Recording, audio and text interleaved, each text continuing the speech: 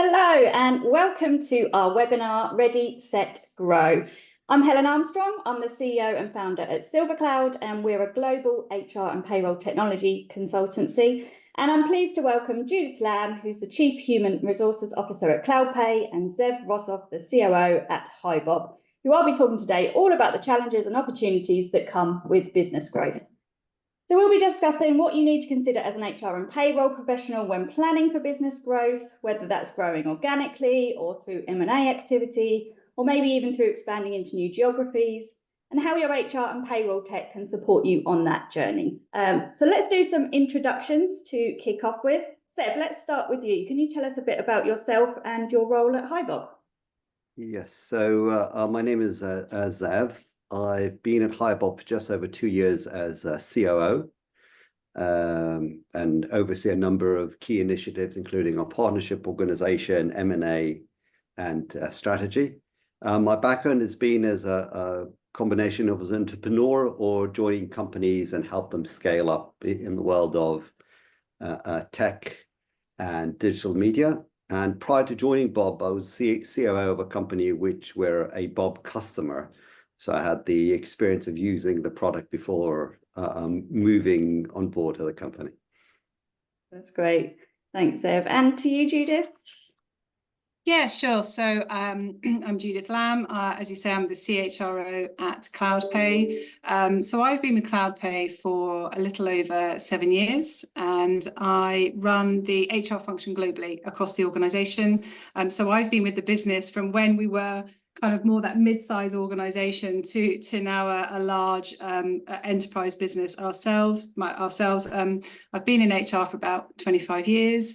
I have a background of working in companies that have grown and scaled as well. Now, some large technology organizations, but they were growing across Europe. So I was there. They were kind of moving into Europe and had a lot of experience of the mergers and acquisitions there, as well as quite some phenomenal growth within our own organisation. So hopefully we'll be able to have a good discussion today.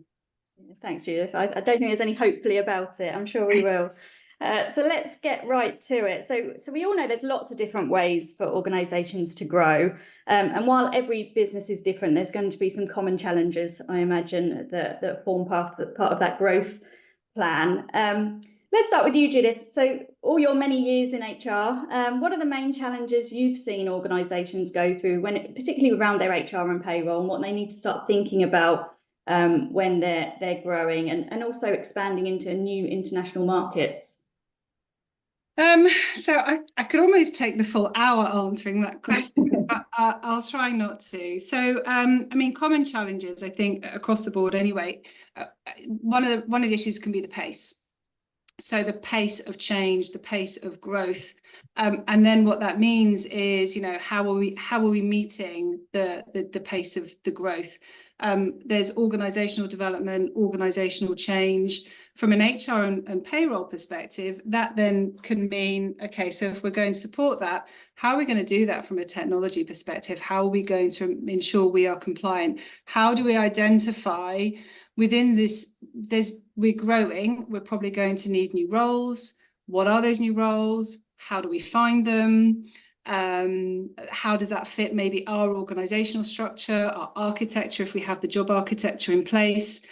And then if I'm thinking beyond that, if we're talking about organizations that are growing internationally, there's another depth of complexity, and that's, how do I know what country to go into that's going to meet the needs of the organization? How do I support the organization with that? What partners can I have in place to help me? Because I may not know what functions we can hire within those locations. So how do we choose the right countries, cities, places that we can actually get to, all the criteria that we may need to use as we expand internationally?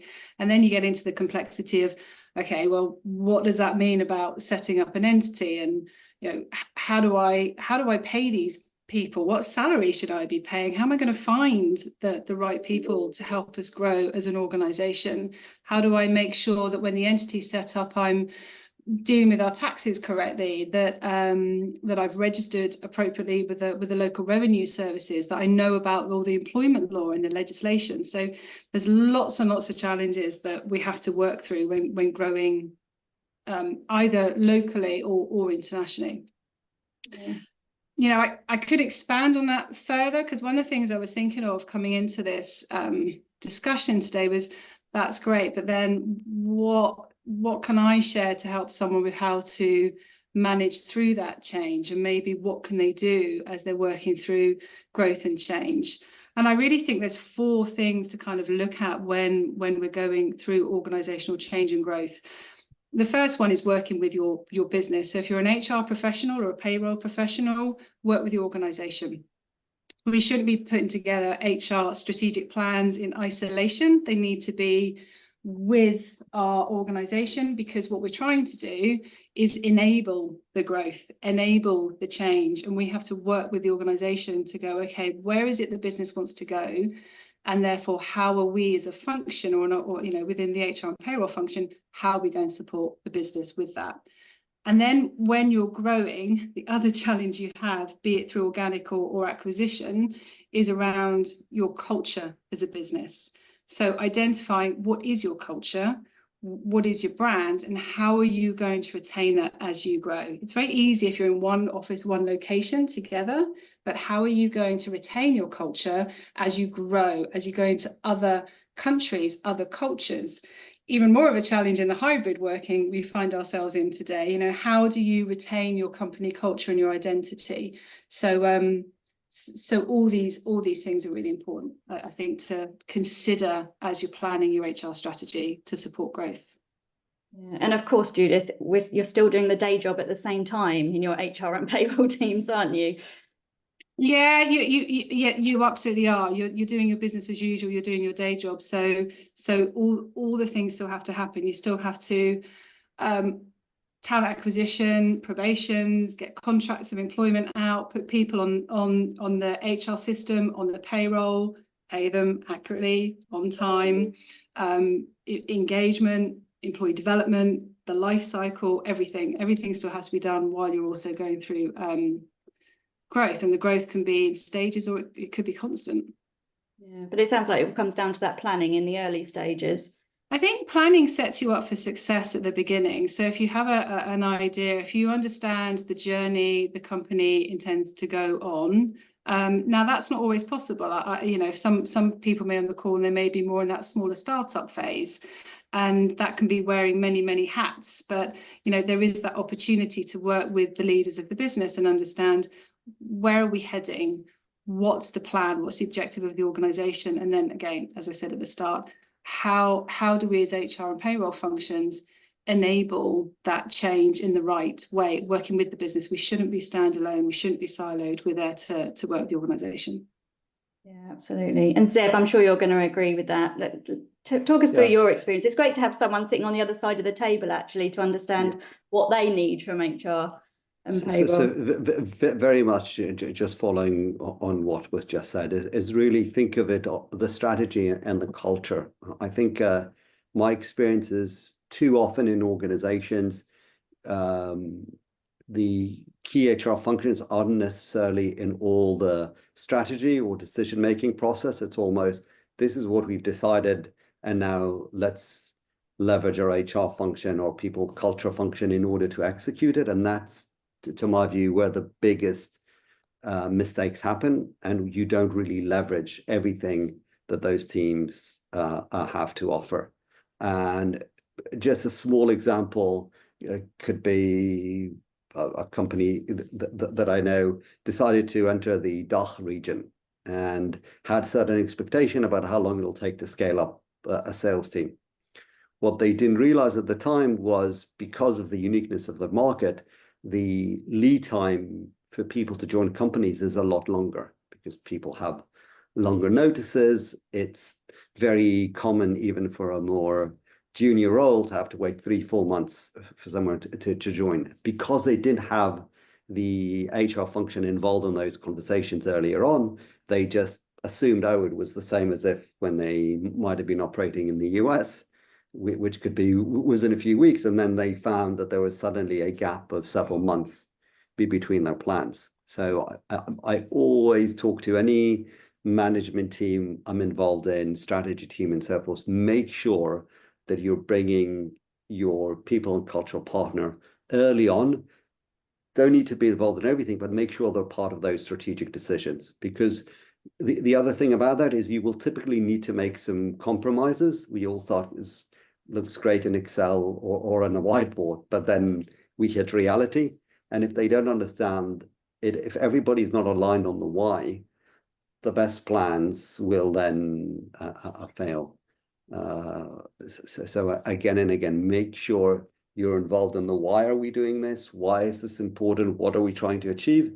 And don't look at, oh, we've decided now, I'll go to my people and culture or HR team to execute upon it.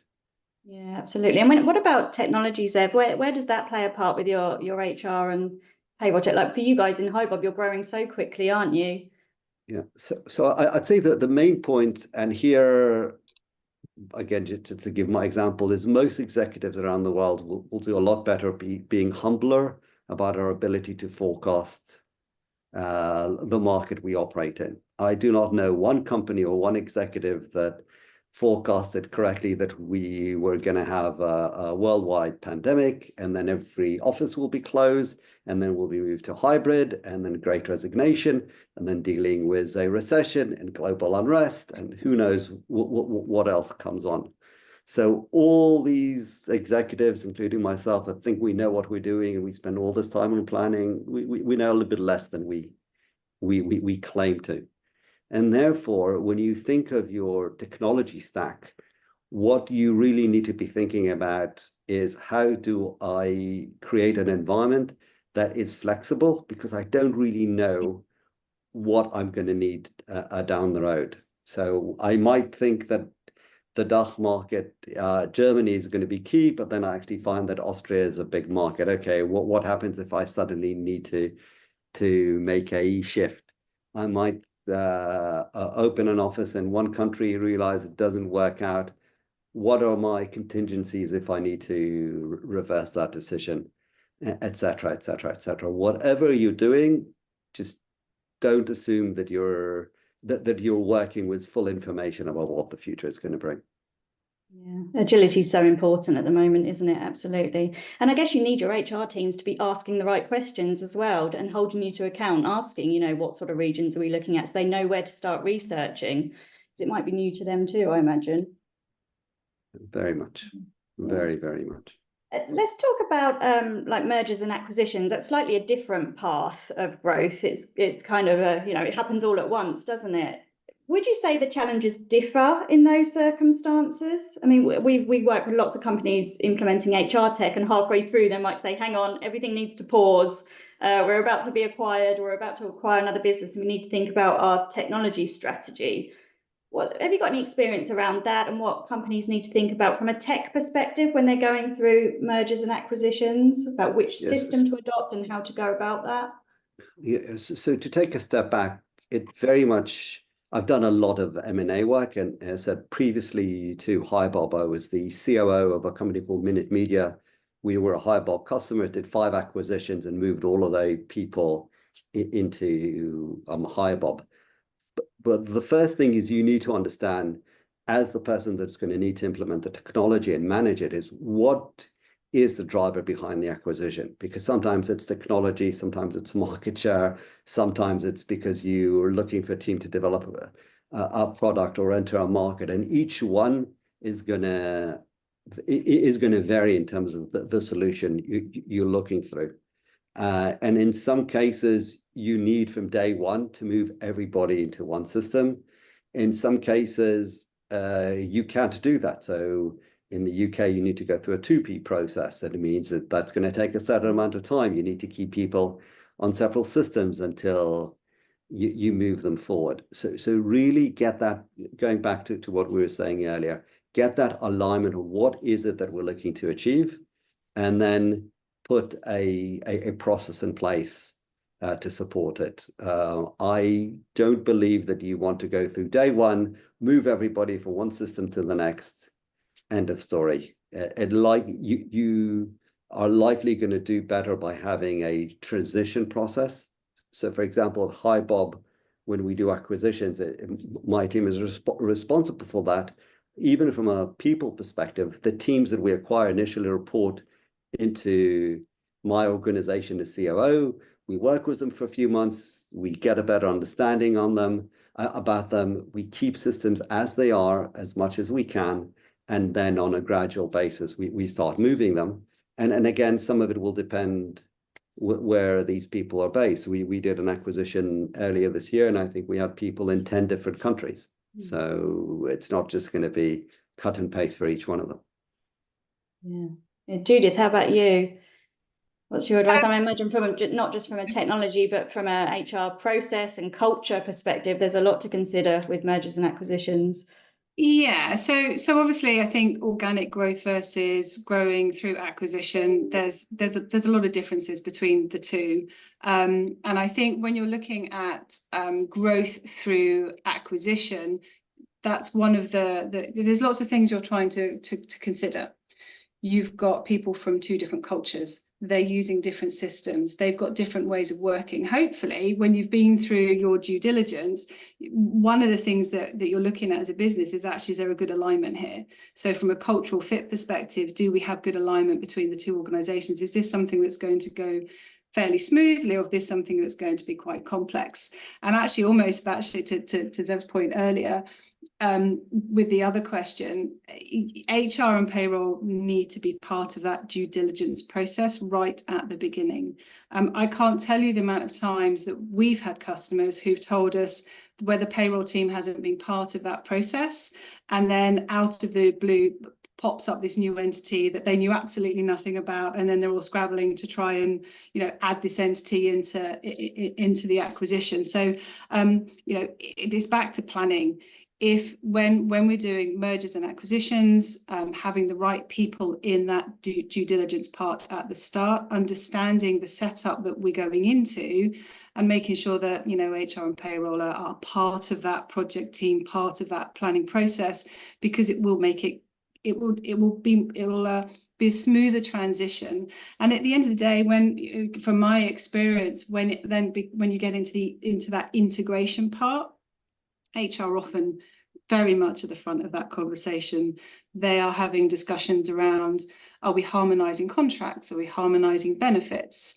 Doing a lot of that communication, that legwork with the employees that are being acquired. There's no necessarily one size fits all in the answer to this question, because it depends what kind of M&A is happening.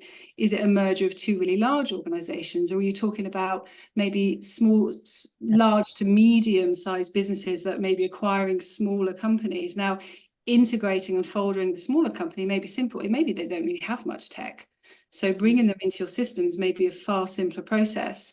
Maybe they've got fantastic tech, so then you're getting into the who are we using? And then you want to get into that discussion around, maybe who has, whose systems are more robust, meeting the various compliance needs, have the right automation in place. It may be that, again, you can't necessarily go in with one plan. I think you have to make your plan as you're going through that due diligence, as you're working through all the steps, as you're thinking about, well, how do we merge these companies from a compliance perspective, from a culture perspective, from a process perspective. And I think if one company has fantastic technology, you might want to be open-minded. You might actually want to look at that. 9 times out of 10, it's going to be a larger business, I guess, acquiring a business that's not the same size. So the reality is it's probably the other company that's going to merge into the acquiring businesses technology. But I agree as well, it doesn't have to be rushed if you can, and I guess it depends the type of acquisition. If people are coming over that will still run the systems, will still process the payroll, if they're coming into the business, then buy yourself some time, allow these things to rest. Merging two cultures and processes and people, that doesn't happen overnight. Not everyone loves change. So you have to really take people on the journey with you. So I think the key part is understand as much as you can, get the right people involved in these conversations, and then have a plan and work through your plan. Again, I'm sure we've seen acquisitions where staff haven't been communicated, the staff either actually from either business, the communication hasn't been fantastic, and that doesn't leave a really strong palatable taste in people's mouths. I think you've really got to think about that candidate experience, that new hire experience, and apply it to this scenario, and try and make it, as you're acquiring a business, you're doing it because you want to grow the organization, you want to be successful. Let's make plans to make that as successful as we can. Yeah, and there's probably no worse start than not paying people when they've just been acquired because you haven't got your payroll processes sorted. I mean, moving, we all know moving, but particularly if we're talking global payroll, it's complicated. It's not an easy transition to do. And if you are going through if you're going through an acquisition and you're acquiring another organization, it's not going to be as simple as just saying, oh, we're going to move them all onto our payroll platform, or we're just going to transition this overnight. It may not even make sense to do that. So I think it just has to be something that you really analyze the global payroll you have and what's going to happen when you make those changes, and you do it over a period of time, and you partner with people. So I think it's really important, if you are going to go through, if you're looking at changing your payroll, well, not change your payroll provider, but if you're going through this process, then you need to work with your payroll provider to make sure that they support you. They should have the implementation team in place to help you with analysing where the current organisation is at, what systems they use, what their one source of truth is, how is it in a tidy place, is the information all over the place, is some of it in the HR system, some in the payroll system, how are we going to get it tidied up to be able to move it across, and what does the timeline look in order to do that, and obviously there's partners out there that can help you through that process. But yes, it's not an easy quick fix, moving your HR system or your payroll system over. No, I'm feeling hot just thinking about it. But it's a good point you make, Judith, just about using partners, not necessarily your technology partners, any kind of partners that you work with. But I guess for both you and Zev at HiBob, you're having customers going through that process, and you're there to support, I imagine, and you've seen it hundreds of times before. Absolutely, and I can't speak to HiBob, but certainly at CloudPay, yes, we have customers that go through acquisitions, and we absolutely, in fact, even I've been on calls with them, so we do support them as they go through that process. Yeah, that's great. Okay, let's just thinking about, you're a business that maybe mergers and acquisitions are part of your future strategy, or there's a big growth plan there for HR teams thinking about their technology going forward. So if you're about to go to market, the plan is for growth. Yeah. What's your advice there on what sort of things they need to be thinking about when they're building out their system requirements before they go out to market? Do you want to start with that, Judith, from a HR point of view, and then I can go to Zev? Sure. So I think the first thing you need to do is understand what if you're talking about growth, just in general, if an organization is growing be it through organic growth or M&A, again, partnering with your business and understanding what that 3-year plan looks like. Because what you don't want to do is invest in a technology solution for today. You're investing in a technology solution that's going to scale.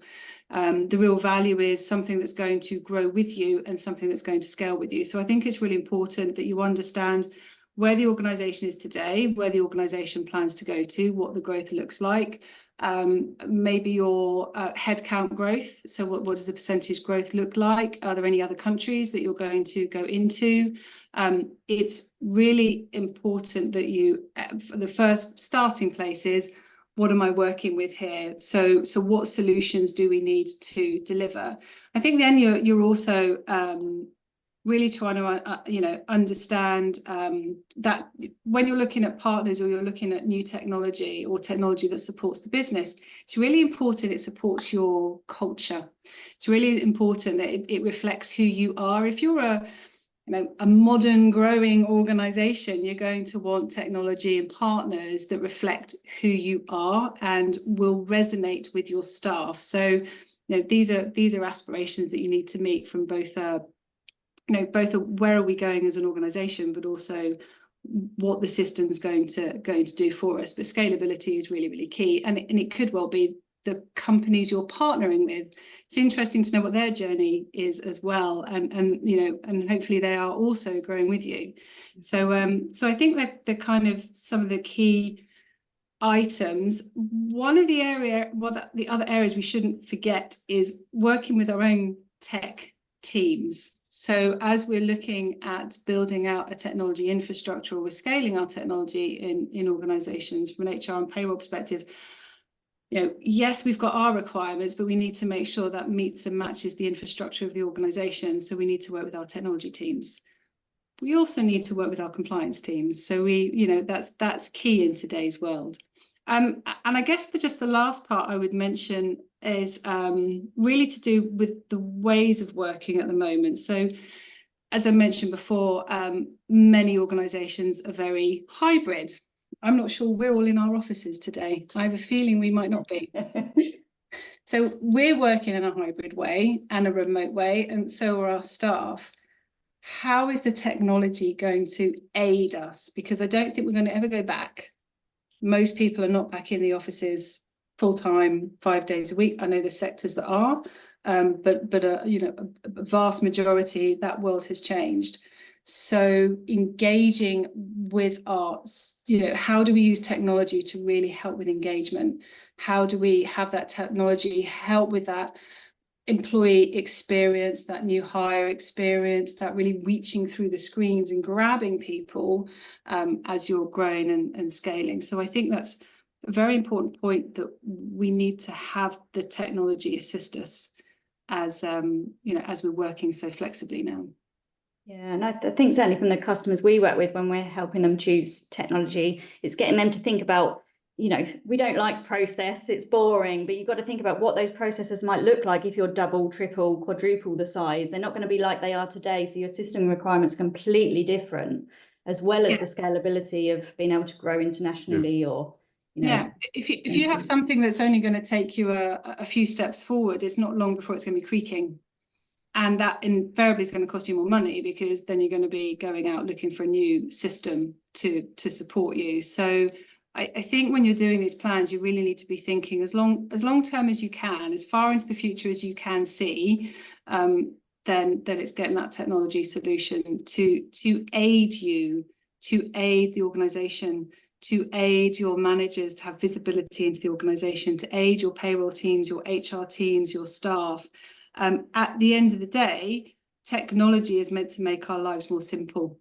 There isn't any point taking technology isn't here to make our lives more difficult. It's meant to be here to make everything more simple. It should be removing barriers to entry. It should be finding ways to reach out to our employees, our managers. It should be there as an aid and assistance. You only need to have, if you start having bad, or your staff start having bad experiences with the technology, it's not long before they're going to start switching off from it. Again, if I think about payroll technology, an employee is going to forgive you once maybe for getting their payroll wrong, probably not a second time. So you need to really make sure that you are thinking about how technology is going to assist you to be accurate, compliant, remove barriers, engage, and what's going to scale with you as you grow. Yeah, and I think it's a big retention tool now for employees. I mean, it's shifted, hasn't it? Even probably still 3 years ago, we were still teaching clients, you're not building HR systems for the HR team anymore. You're building them for the end user, which is your employee base. And, the employees are coming in, they're listening to Spotify on their phones, and they're checking their bank on an app, and they're doing all this whizzy stuff before they even get to work. And then if the technology just doesn't reflect the modern world, it just creates that bad impression, doesn't it? And if you're not doing it, your competitor probably will be doing it better. So you've just got to really think about that. And Zev, what about from your point of view? I mean, if AI doesn't come into this answer, I'd be very surprised. But I'll separate the AI in a second. But 3 points just to add to this. So first is think about time to value. I've seen too many times in my career where there's great promise with a piece of technology, but it's going to take a very long time before you can actually recognize that value. And going back to what I was saying earlier, we live in a time of so much uncertainty that saying, oh, I'm going to implement something and in 2 years, everything's going to look beautiful. Some also with the promise of AI, I'd almost say, what can I do that I'm going to see some incremental improvement 3 months from now and 6 months from now and 9 months from now, even if it's less than all the bells and whistles that I'm offered 2-3 years down the road. So really think of that time to value. The other 2 points which I think are crucial is one is how does this technology work within the ecosystem I operate in? Because there's hardly a situation that you will choose a vendor to work with or a piece of technology that is going to be simply there by itself. What is the ecosystem that company offers? What integrations out there? Who can continue to support me? Is this an area that they continue and invest in or not? Because as I said, my needs are going to change over time. I might need to, have chosen global payroll. I might need to enter another market down the road that I don't think right now. Will they be able to support me down the road? Same thing with any system that I'm implementing. So I think that's really, really important. Just think of it as a decision about how does it operate in an ecosystem, or is it close only one vendor with a very close approach? And I think the third, and we were touching about it, about a quarter of our workforce right now are Gen Zs. Now I've got my two older boys are no longer boys, so they're young men now, are in university and working part-time. So I can say that from first-hand experience, what they expect from business software is very different than when I started my journey. So if you implement a system which is amazing for your admins, but isn't great for your, and I call them my customers, those are who I'm here to serve, you are not going to get the results that you want. So really think about, how do I make sure that I get that level of engagement? Because that level of engagement will make sure that significantly increase the chance of success, will mean that you're capturing data, and that data is valuable for whatever you want to learn and implement from it. That data becomes key when you are presenting to the rest of the executives in the company or leadership teams. And going back to also, you're asking a little bit about AI. AI is all about the data and the quality of data that you provide as input. So many of the challenges and the horror stories that we're hearing right now are because of problems with the data set and hallucination and inaccuracy, etc. So just to summarize, I would say, think of your time to value. How does this fit in my ecosystem? And how do I make sure that it drives the level of engagement that I need, which will then support so many more objectives that I'm trying to achieve. Yeah, great advice. And AI, Zev, you're probably being asked about this all the time. What do people need to consider in terms of AI, or do they need to consider it at all when they're looking at new systems? So I think very much. I think AI, it's going to be as big a shift, if not more, as when we move to mobile or SaaS or others. This is going to have a fundamental impact on the workforce, on systems, etc. And one of the questions that I keep hearing from HR teams, how is this going to impact jobs? Could people lose their positions and so forth? And what should we be doing to protect people's roles? What should we be doing in making our decisions? And I think that these changes are inevitable. The more we do in order to help people understand about these changes and equipping them best to deal with the changing world, we put them in a better position. So almost I think myself, if I'm a leader of people and I've had, take 100 years back and I had this amazing company that was making buggies, and I did everything to keep people's jobs, I was doing them a disservice. I should have told them there's this new industry called the car industry coming up. Let me help retool you, understand what can you take from your learning within this organization for your next role. So that's a lot of what I think is the first and foremost responsibility for HR leaders, is think about how is this going to make a change, and then just do a lot of experiments, but also keep some healthy skepticism. I'm a huge believer in AI, but it's not fully there. It's going to take a few more years before we see the full impact and capabilities we're being promised right now.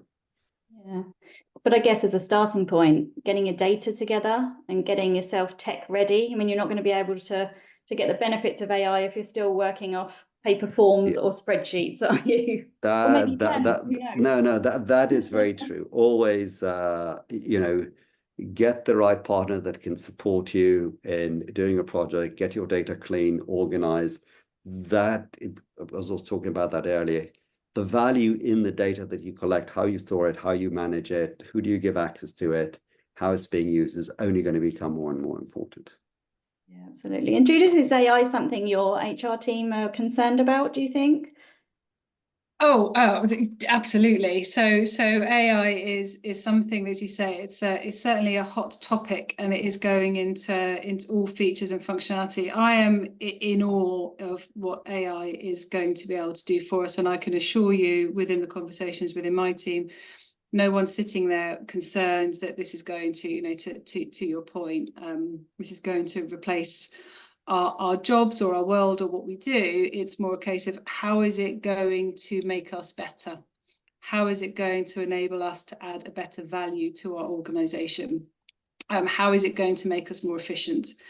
And it's, there's some really, really cool features that are coming out within AI, even if I think about talent acquisition and how AI can help in that space. So some of the questions and some of the streamlining that AI can put into place. So yeah, no, it's definitely a hot topic. It's clearly a hot topic for CloudPay as well. Our customers are talking to us. Then I am not the person to be answering the AI questions within our platform. It's definitely a question for our product and technology teams, but it is the way. It's the way of the future. It's the way forward. And as I said before, when we're thinking about technology, it's meant to be there to make our lives more simple. And I think that needs to be the objective of AI if we're bringing it into these tools, that it's there to make us more efficient and make the experience at work better for our teams, for our employees. Most of us here in HR and payroll, we talk daily about employee engagement. That's kind of almost our reasons for existence, is around engaging our staff, creating positive cultures, ensuring we have motivated, retained employee base that think where they work is a great place to work. So that's always the end goal with anything that we're putting into place here. Yeah, and technology is so important for employee engagement, isn't it? To support that, for the reasons we've already mentioned. Certainly today, and certainly in this very, very fluid hybrid way of working, which it was always going to go that way. COVID just sped it up. So and I think it's a good thing, but it certainly sped it up. Yeah, and Zeb, HiBob's quite focused on the employee engagement within the platform, isn't it? I remember, just a quick story, I remember 2016 or maybe 2017, I was on a platform at Liverpool Street Station, and someone from HiBob called me and said, Helen, I've got this new system, I want to show you what the platform looks like. That was all those years ago, and look how far you've come since then. But it was quite unique at the time because it was heavily employee engagement focused, which was new to the HR market. But that's a big selling point for you, isn't it? Yeah, I appreciate that, and I don't want to turn this into too much of a sales pitch, but our point of view is we looking at the modern workspace, engagement is key, and the expectation of employees is think of it of having a traditional, scalable backend system with a front end of an Instagram. And that's really where we focus. We overinvest in everything that has to do with that engagement, making it easier, making it far more collaborative for people. I think if we look at the world today, we're at, pretty much in most of the Western world, at least, at record lowest unemployment. That's only going to continue. There's so many job vacancies. Companies need to make sure that they're keeping their talent. They are working in an environment which is multi-generational. And if you do not think first, how are people within my organization going to use these tools? How is this going to support their process? From an HR perspective, from a payroll perspective, from a learning perspective, from a hiring perspective, from a planning perspective, then your likelihood of succeeding is lower. Your ability to keep your top talent is reduced, and your ability to attract great people to your organization is diminished. Yeah, and you're going to get that return on investment. Absolutely. So just flipping to the less sexy side of systems, data and compliance. I mean, I'll ask this question to you, Judith. I mean, it's so important, isn't it, to make sure that your data is secure, especially as you're growing and adding on new companies, or whatever method you're using to grow. What's your experience of that? Goodness, I think I'm probably involved in compliance conversations on a daily basis. So yes, we are very, very, within my role here at CloudPay, but just at CloudPay. So compliance is really important to us internally, and making sure that the data we have, we treat in the right way with respect. And we do that, obviously, our customers expect it of us. We've got very, very, very robust product. So, so compliance is something that has to be considered, in all aspects of everything we're talking about here. So again, if we kind of put it back to growing organizations and how we're thinking about compliance, it's really important to, if you have your compliance teams, it's really important that you work with your compliance teams. We are HR and payroll experts, but not necessarily. We expect, we're the subject matters in our space. We need to work with the subject matters in the compliance and risk space. So navigating that, certainly as we've grown, brings its challenges in some respects. I've had people to work with and learn from to make sure that we are robust in the practices that we're putting in place. And again, also working with those technology and infrastructure teams and making sure we have the right basis for the technology to sit in. But technology, I know we've been talking a lot about that technology, but technology does support our ability to be more robust with our data. So what it stops us doing is tracking all of your staff on an Excel spreadsheet. Oh my goodness. So making sure that you have a system, so the very basics, you've got an employee record, and you have that in a secure platform where you're holding the data and information.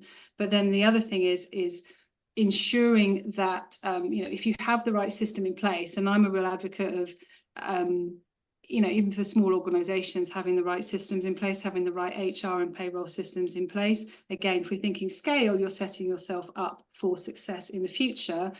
But the quicker you can get away from emailing, throwing a password protect on something, but actually having all your information, your data in secure areas, secure platforms, you are reducing your risk. You're reducing your room for error. You're reducing your risk it's going to get sent to the wrong person. So, it's really, it's something that is always front and center of our minds anyway, just because of the nature of the organization we deal with people's payroll. So it's really important to us as a business. So it's very much part of our values. But if I turn that to then how we operate as an organization, I'm really lucky because I suppose we are a very compliant business. It's not a hard push from my experience to work with the technology teams, the compliance teams. within the HR team to make sure that we are getting the right support in place, and we have those when we are putting new systems in place, that we've got the right project team as well to support us as we're going through those areas. But the other flip side as we've grown has been, that's great, but how do you know what you've got to do in the countries you're going into? So then there's the element of, well, what's the legislation in that country? And if we start off as 10 people, okay, but when we're 50 people, how do we ensure we're compliant then? How do we make sure we are recognising a collective bargaining agreement, or that we're having to put certain checks and balances in place? There might be different spin, but health and safety requirements. So there's lots of things that we have to think about when we're growing internationally as well, to make sure we are compliant. It comes back to the earlier point I made around partners. So as we've gone into new countries, we've had to make sure you've got the right partners and experts in place to get you set up properly in the first place. So having the right partners in place, having robust processes. The other part of that then is training. So as an organisation, it's all very well and good for me to sit here and go, we're really compliant, and we think it's really important that our staff behave in a compliant way, and we as an HR function make sure we're protecting our employees' data in the right way. But there's also the training element, so making sure we train people in the organisation how to deal with each other's data, the customer's data clearly, but how we manage data. So we have, we do a lot of mandated training in that area, but I think training and educating your organisation. I don't know if I'm the only person on the planet that's a massive advocate of GDPR, but I'm an advocate of GDPR. I'm really happy they changed the data protection laws. I think it was about time. I'm an end user. I'm a customer. I have private data. I would like the person on the end of that screen to be using my data in the right way. So I'm a real advocate that we manage data in the right way. So yeah, and clearly, obviously, having the right systems in place makes you more robust. Yeah, absolutely. We work with a lot of HR teams looking at what they need for a new system, and it's amazing how many companies have a system, but it doesn't do everything they needed because they didn't spec it correctly, or they've outgrown it. So there's all these manual processes that sit around it, and it's all emailing. We see WhatsApping of data, all sorts, and it's just people. Yeah, it's horrifying. So the first thing and the first business objective is, let's get your data secure, and a global platform is normally the answer to that. Well, it has to be the answer to that encompasses everything, where you don't need workarounds. I mean, I'm sure you'd agree, wouldn't you, Zev? I'm sure data security is a agenda item frequently for you. Yeah, of course it is, and we spend massive investments in there.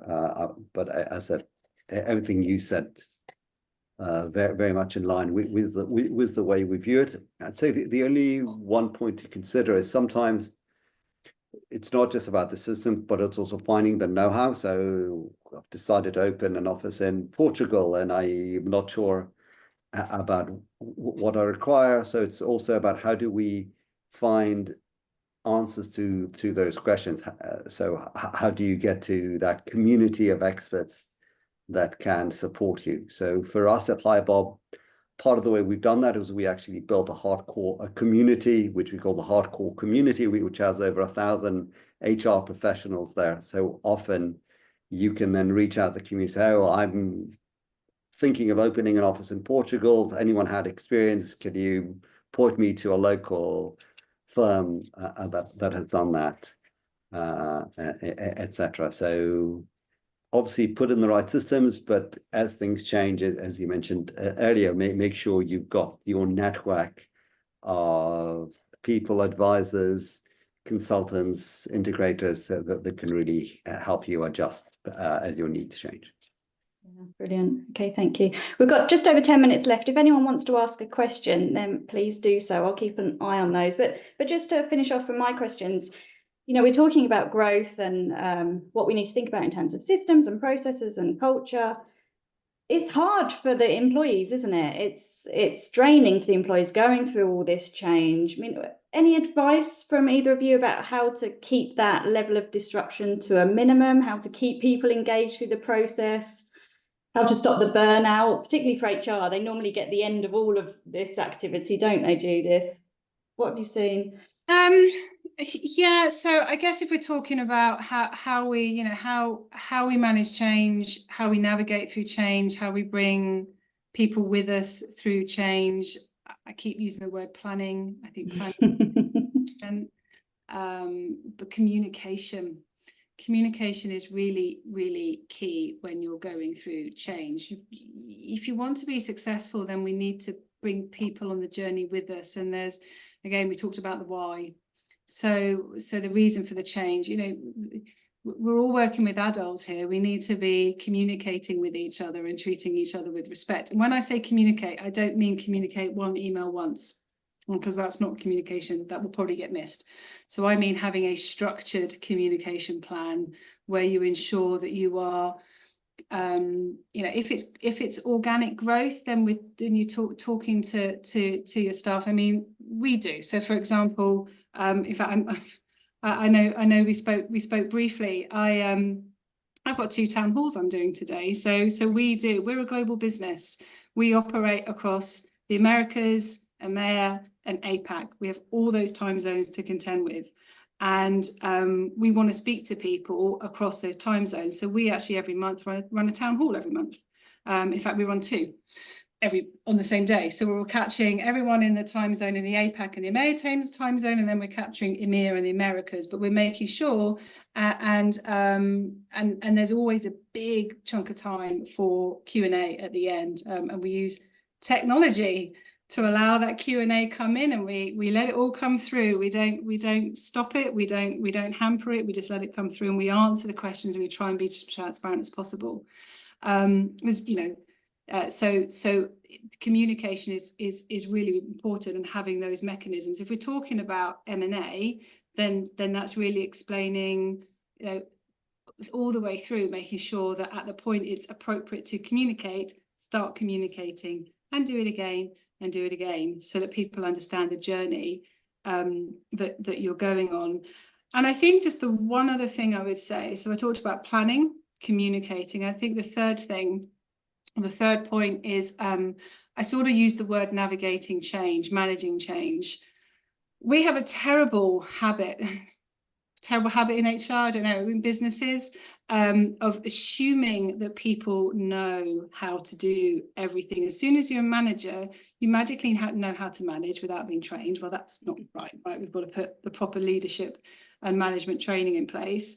And we'll magically assume that you know how to navigate change and communicate change. So we really should also assist our organization. So there's lots of information out there about how to build training, how to deliver training on what do we mean by change, how do you navigate change, how do you cope with change, as managers, how do you support your business with change, how do you communicate with change. So I think, you know, there's a piece in there around supporting the business and making sure there's also some training programs out there as companies go through change. Thank you. How about you, Zev? Do you agree with that? Very much. One point I would just add is don't shy away from the difficult conversations. When you go through change, that's going to happen. Delaying or waiting or trying to avoid them, from my 30 years experience, has never added value. Much better just be upfront, say yes, this is the pluses, these are the minuses, these are the unknowns. Let's just be adults about it, be very open and address them head on.